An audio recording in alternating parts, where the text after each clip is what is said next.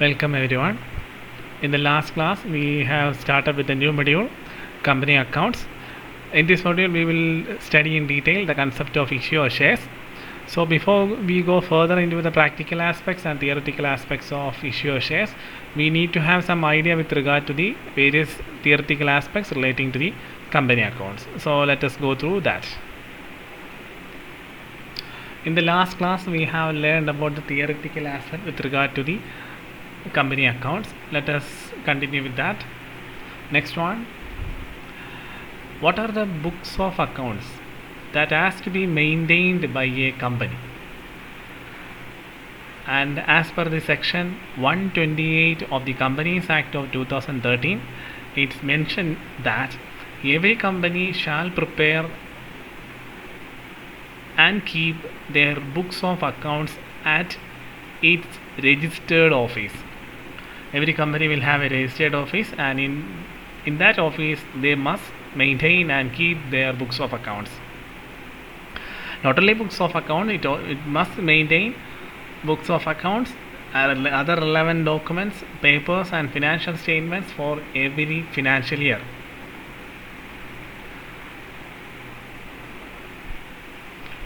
Not only with regard to the registered office of the concern, it should keep all the accounts and details and papers with regard to the branch offices as well as head offices also.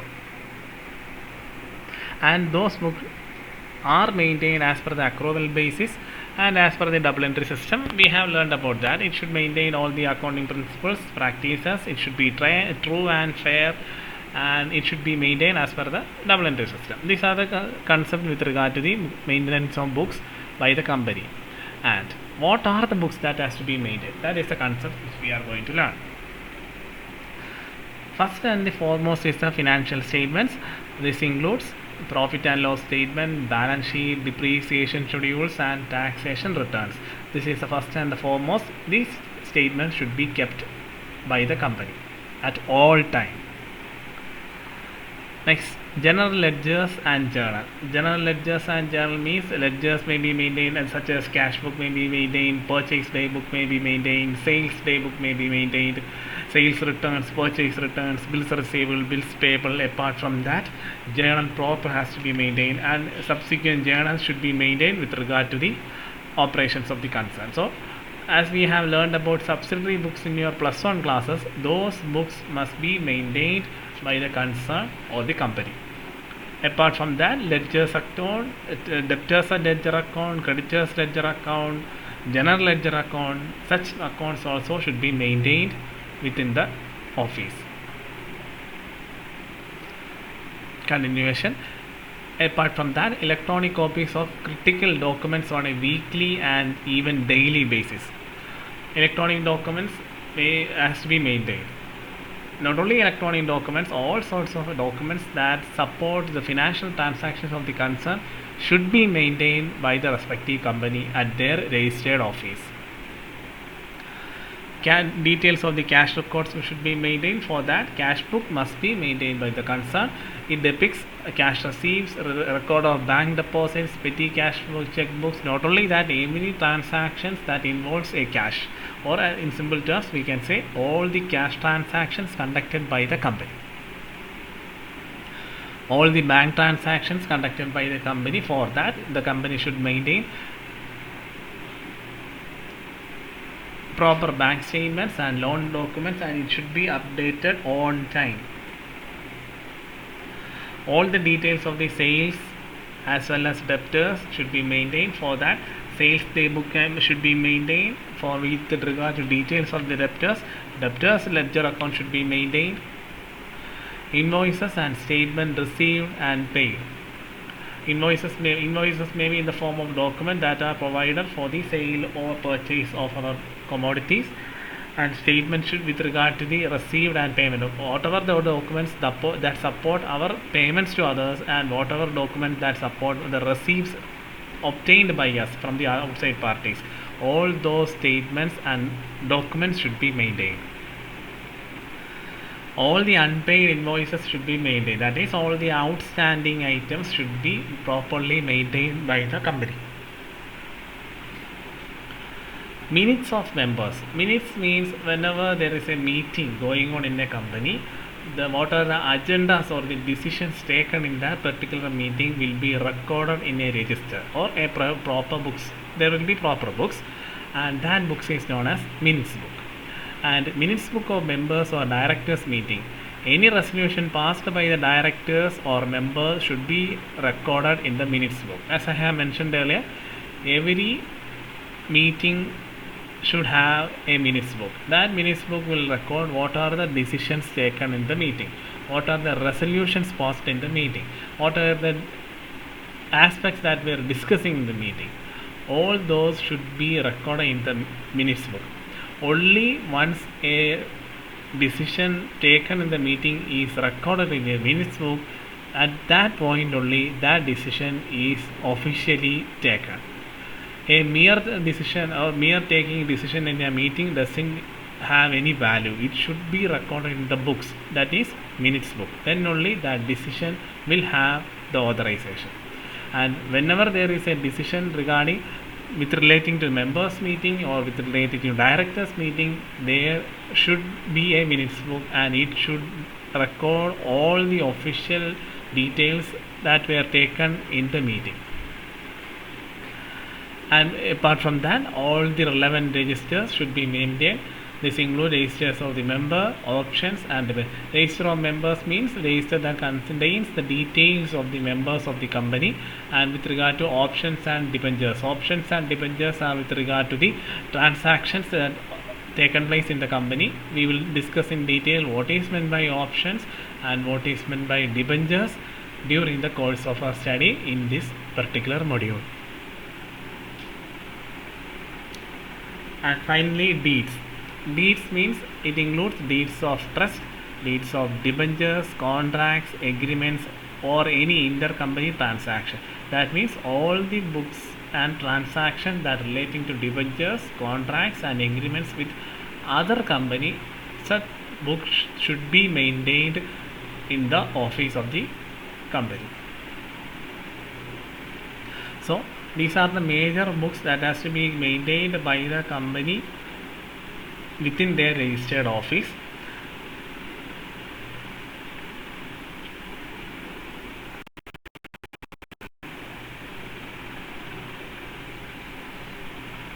So next one, what are the provisions in the Companies Act, that is Companies Act of 2013, with regard to the books of accounts? What are the provisions that is stated in the Companies Act? So let us discuss about the legal provision that are mentioned by the Companies Act with regard to the maintenance of books. First one, place of keeping books of account. As I have mentioned in the beginning, the books of accounts are to be kept at the registered office of the company. The books may be kept at any other place if the board of directors decided so.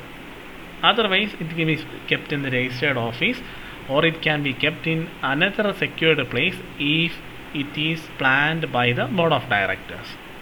So every company shall prepare and keep at its registered office the books of accounts and all other relevant documents or books which we have mentioned here.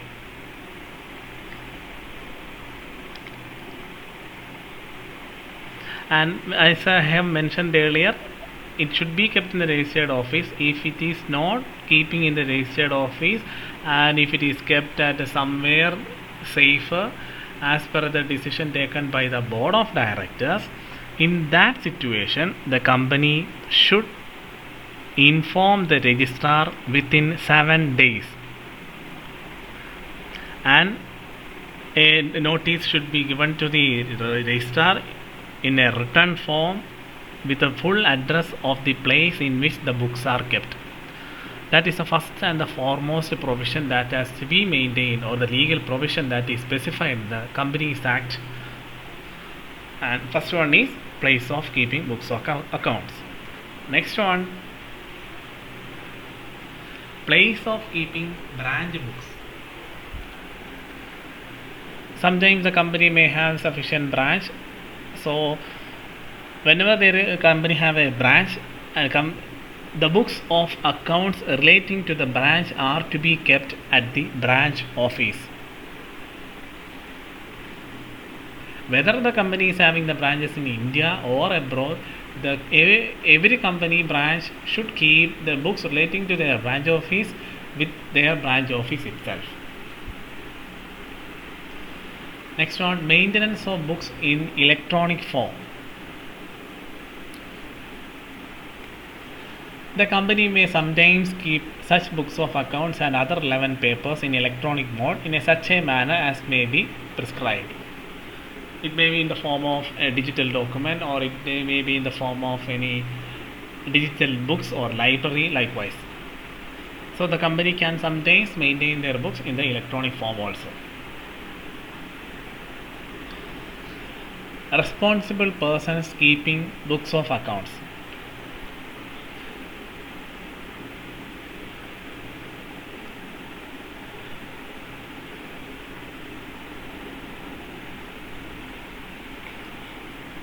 That means who is having the responsibility of maintaining the accounts. Usually the responsibility of keeping books is on the hands of managing director, director in charge of finance, as well as chief finance officer. These three persons are in charge of maintenance of books of accounts of a company. Next one, method of preparation.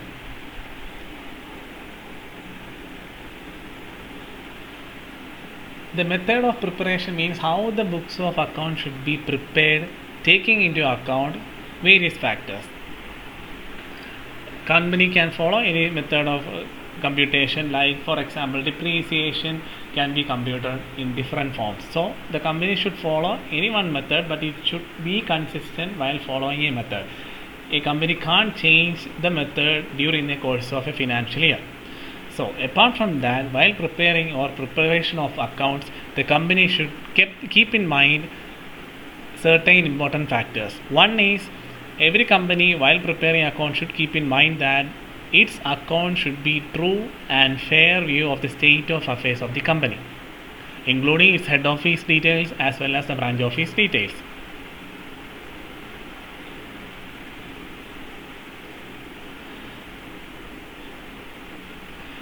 And all the transactions of a branch office should be periodically informed or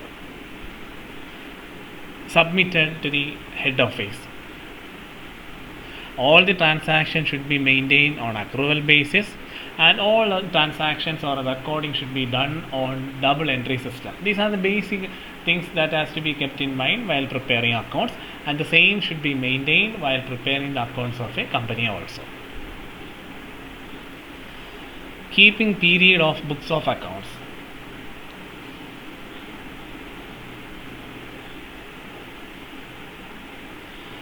So that means what is the time that has to be maintained for keeping the books of accounts of the company? For how long has to be kept in mind to keep the books of accounts of the company? Whether it is 2 years, whether it is 3 years, 4 years, how that is the concept which we are going to learn in this point. So how long the books has to be kept in the company?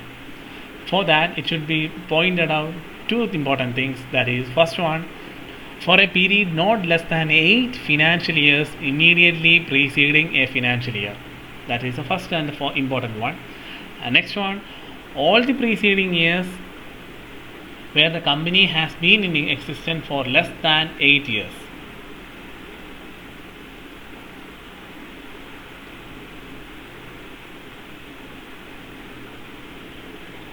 So in general, we can say that the company should maintain the books of account for minimum 8 years. Next one, inspection of books of accounts. The books of accounts and other relevant papers maintained by the company within India shall be open for inspection at registered office of the company, or if the company's operation is in other place in India, by any director during the business hours.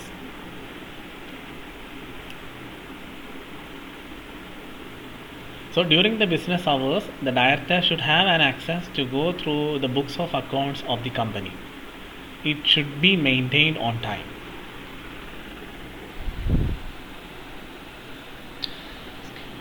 So these are the various provisions that has to be kept in mind by each companies while maintaining and preparing the accounts.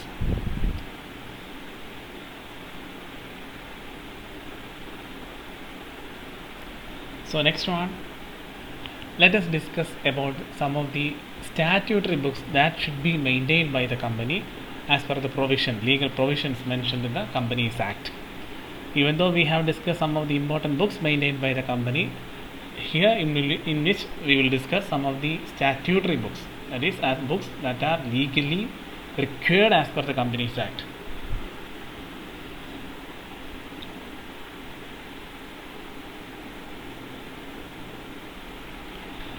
Register of charges as per the section 85. These are the various books. Just go through the names of these books. We need not have to go further into the details of the book. So just familiarize the books, statutory books that has to be maintained by the company. First one is register of charges, section 85. Next one, register of members, that is section 88. The register of not only members, it includes details of the members, debenture holders and other forms of security holders. Next one, index of members, section 88. It is just like the register of books which we have discussed just previously. The index of the members means all the complete details of the members alone in a chronological order as per the section 88. These books also has to be maintained. Next one, a register of debenture holders with index, section 88. As per the section 88, it is actually a register that is to be maintained for maintaining the books of or the details of members, debenture holders and security holders. So all these details, that is index of members, register of debenture holders, not only debenture holders, there is also details of security holders. All these has to be maintained as per the section 88. Next one, copies of the annual returns, section 94. Annual report of the concern should be maintained periodically and it should be maintained as per the section 94 of the Companies Act. Next one, minutes book. We have discussed about the meaning of minutes book. Every company will always take decisions in a meeting and the record of the decision taken in the meeting will be recorded in a legal book that is known as minutes book. Minutes book is of great importance in a company's decision making.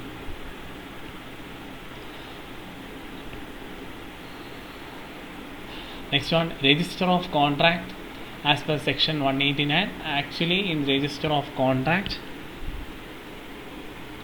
it includes the contract with the companies and firms in which the directors are interested. That is, the details will be recorded in the register of contracts. As per the section 170 of the Companies Act, this means register of directors and the key managerial personnel like managing director as well as managers and secretary. Apart from that, it also includes the details of the key managerial personnel and their shareholdings. All this has to be kept in this register as per the section 170 of the Companies Act. Next one, register of directors shareholdings, as I have mentioned earlier, that is also comes under the section 170. Next one, register of investments in shares and debentures of bodies corporate. That means register of investment in shares and debentures made by the companies in other corporates or company. For that, a separate register should be maintained.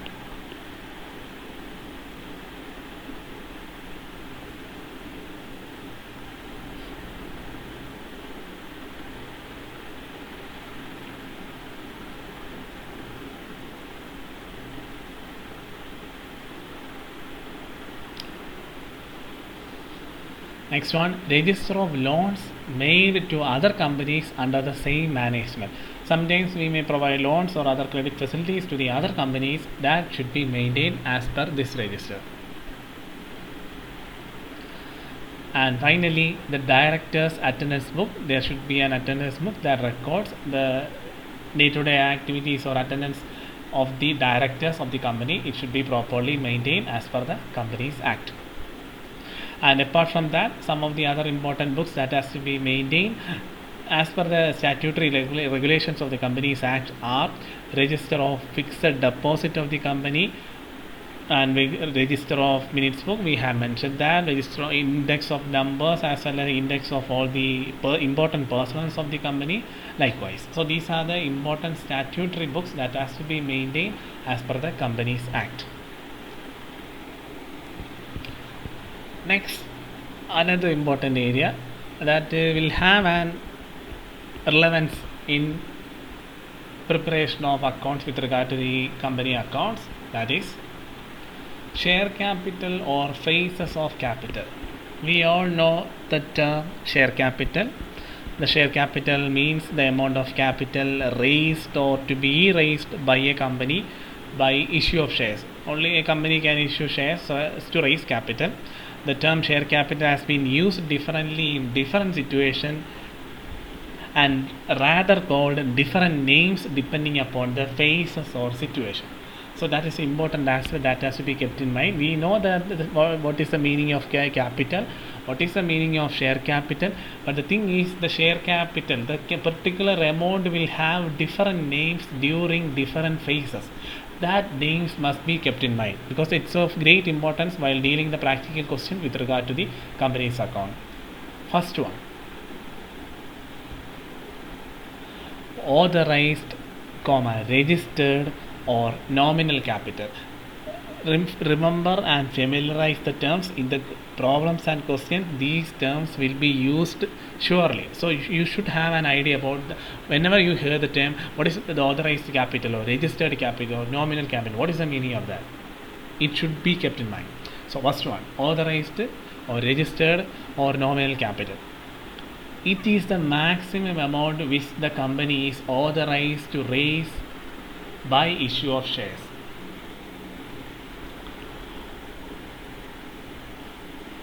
That is, if a company want to raise the capital of a company or of the business or whatever it is, and as per the legal provisions, rules and regulation, everything will have a legal provision. A company simply can't raise a certain amount of capital like that. There is certain legal provisions and rules regarding how much has to be raised by the concern or what is the provision that has to be followed. There are rules. So authorized and registered or nominal capital means how much is the maximum limit a company can raise. Every company has a maximum point or maximum amount that can be raised. It doesn't mean that the company must raise that much amount, but it is the maximum limit the company can raise. Whether the company will have to raise that level or not, that is up to the next phases. Anyway, there is a certain maximum limit within which the company must have to raise. It doesn't mean that it must raise. The company either can raise or it doesn't have to raise, whatever, that is up to their discretion. Anyway, there is a maximum point or a limit in which the company can raise the capital by the issue of shares. That particular point or level of amount is known as authorized capital or registered capital or nominal capital. Next one, issued capital. Issued capital is that part of the above capital, means authorized capital, which is offered for subscription to public.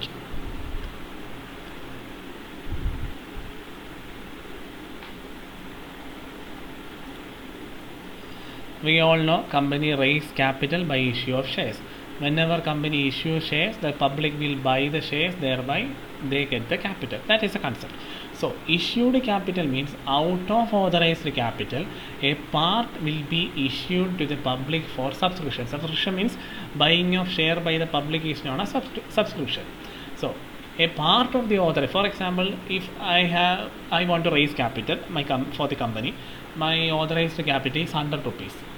So out of 100, if I am issuing 90 shares, or shares having a denomination of 90.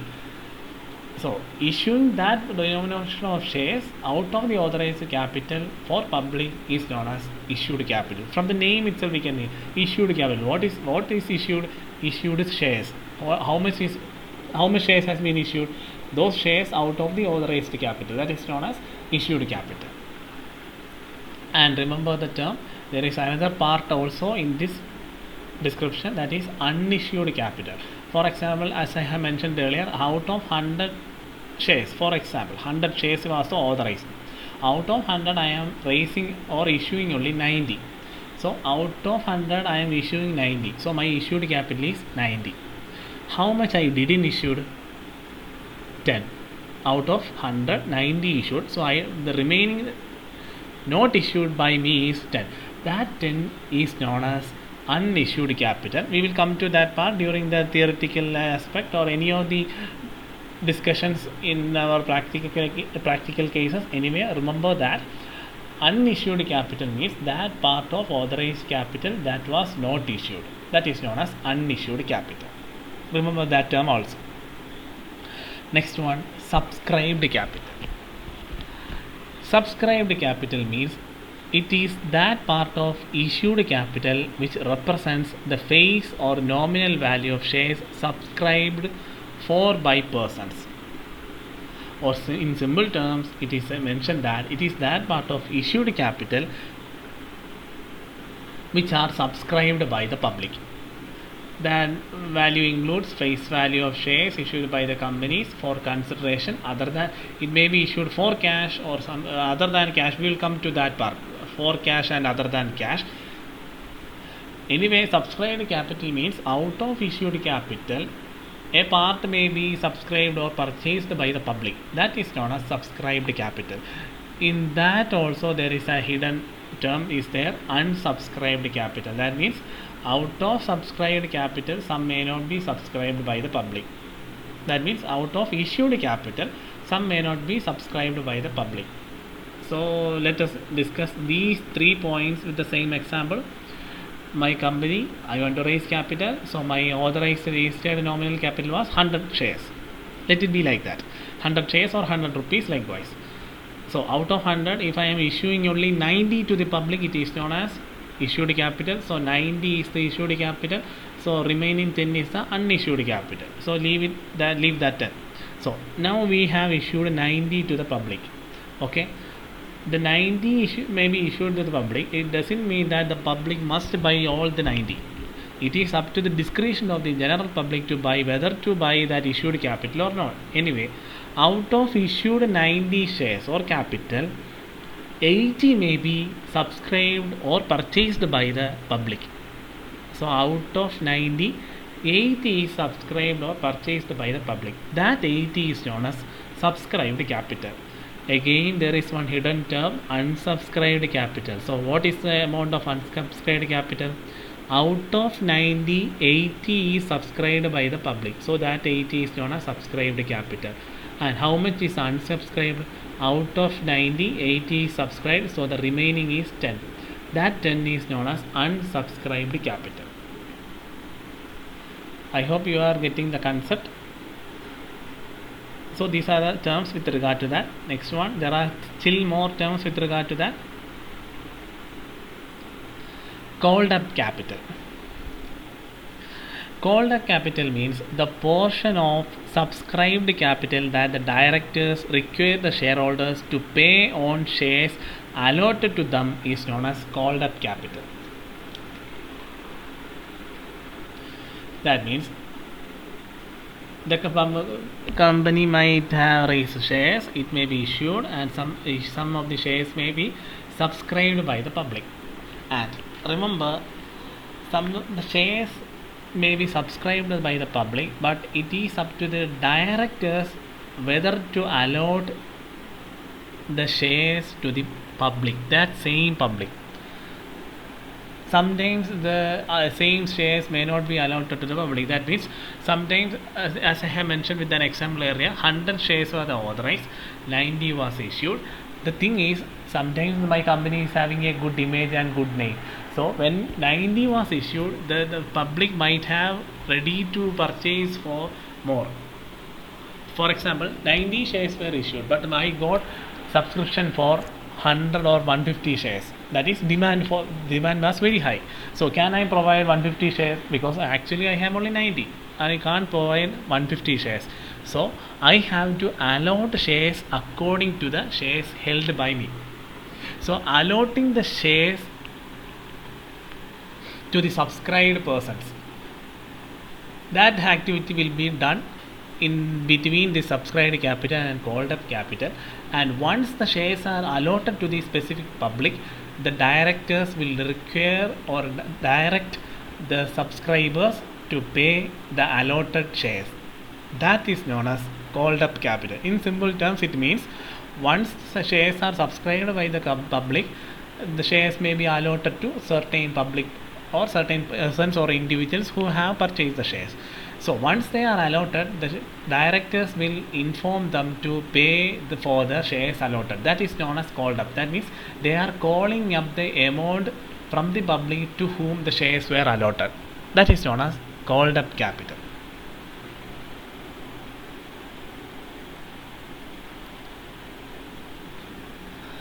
And finally, paid up capital. Paid up capital means just previously mentioned that called up. Called up means we have informed the allotted shares to the subscribers, and we have informed or called them to pay for the shares allotted. And sometimes it may be paid in full or sometimes it may not be paid in full. So the paid up capital means what is the actual payment made by the subscribers. Out of how much called up? For example, just imagine 75 was the shares allotted to the public. So I called my public or subscribers to pay for the 75 shares. But out of 75, sometimes only 60% or 60 shares has been paid. That 60 is known as paid up capital. So there are certain phases for which a specific item will have different names. See, all these represents the capital of the company. But these terms depends upon the phases through which the capital goes for.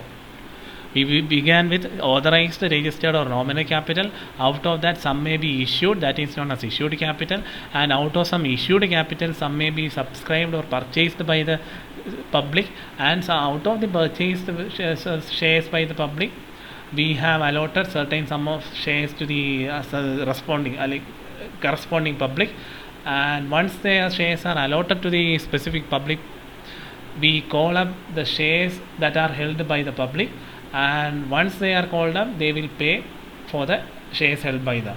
So these are the situations or phases through which the issue of shares happen in a concern and final capital held by the concern. So remember and familiarize these 5 situations and terms. What is the meaning of authorized registered capital? What is the meaning of issued capital? What is the meaning of subscribed capital? What is the meaning of called up capital? And finally paid up capital. All these having the same concept, that is capital, but its name changes depending upon the phases and situation. So familiarize all these terms, and apart from these terms, go through all the theoretical aspects which we have discussed. All these theories is of great importance in the examination point of view, so just go through it. If you have any queries with regarding to any of the theoretical aspects which you didn't get or understand, please feel free to contact me. We will discuss about the further theoretical aspects with regard to the company accounts in the coming sessions. Until then, go through it. Thank you.